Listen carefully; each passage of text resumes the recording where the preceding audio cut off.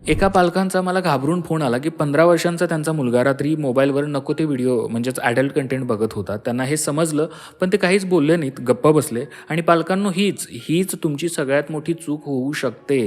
तुमची शांतता तुमच्या मुलांना सुरक्षित नाही, तर अज्ञानात ठेवते. आणि आजच्या इंटरनेटच्या जगात अज्ञान हेच मोठं संकट आहे.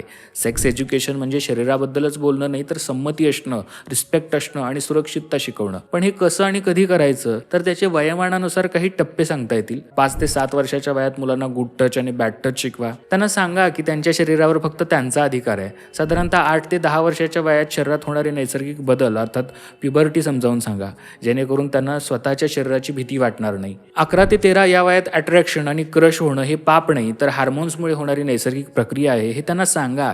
यामुळे ते तुमच्यापासून लपवणार नाहीत.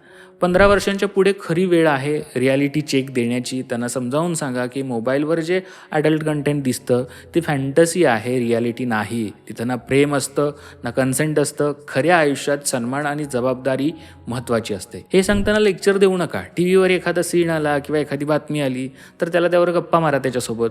जर तुम्ही लाजून विषय बदललात तर मुलं उत्तर शोधायला इंटरनेटवर जातील आणि तिथे त्याला चुकीची माहिती देखील मिळू शकते. काही पालकांना भीती वाटते की सांगितलं तर मुलं लवकर बिघडतील, पण रिसर्च सांगतो की ज्या मुलांना योग्य शिक्षण मिळतं ती मुलं जास्त जबाबदारीने निर्णय घेतात आणि सुरक्षित राहतात. मला सांगा, तुमच्या मुलाला इंटरनेटनं शिकवलेलं चालेल की तुम्ही स्वतः विश्वासाने आणि योग्य पद्धतीने शिकवलेलं आवडेल? निर्णय तुमचा आहे, कारण सेक्स एज्युकेशन म्हणजे लाज नाही, तर ती आपली पालकांची जबाबदारी आहे. या सगळ्या गोष्टी पटत असतील तर यस अशी कमेंट करा. मी प्रयत्न करेन की पालकांनी हे आपल्या मुलांना कसं शिकवावं, कसं सांगावं, याच्यासाठी एखादं पुस्तक किंवा एखादा कोर्स बनवण्याचा.